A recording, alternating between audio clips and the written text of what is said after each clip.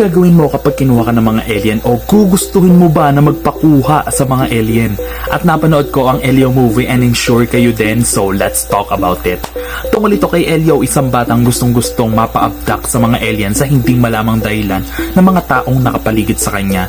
Inaasar siya, sinasaktan, nabubuli, hanggang sa nakuha na nga siya patungo sa Communiverse, kung saan napagkamalan siyang ambassador ng Earth. He went into intergalactic adventures, having a bond with the aliens and discovering who is truly meant to be. First, I love the story. It's a coming out of age story that features the life of Elio, finding his purpose in life and who is really meant to be. Malungkot siya, wala siyang magulang, gusto niyang tumakas sa mundong inaapi siya.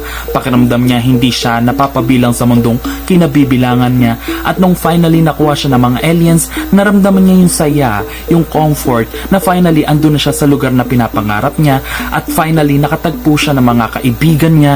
Generally, the story is relatable for everyone who is searching for his or her purpose in life, and it is a lesson for us na lawakan din natin ang mga isipan natin or yung pangunawa natin for everyone who is struggling or challenged on something. Secondly, the animation is so good, it is pleasantly to watch. Kudos to all animators and creators who is behind this movie. Each intergalactic settings is visually entertaining.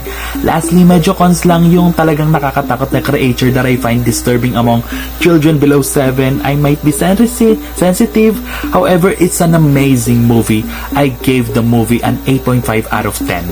The movie has captivating story and heartwarming message on the end.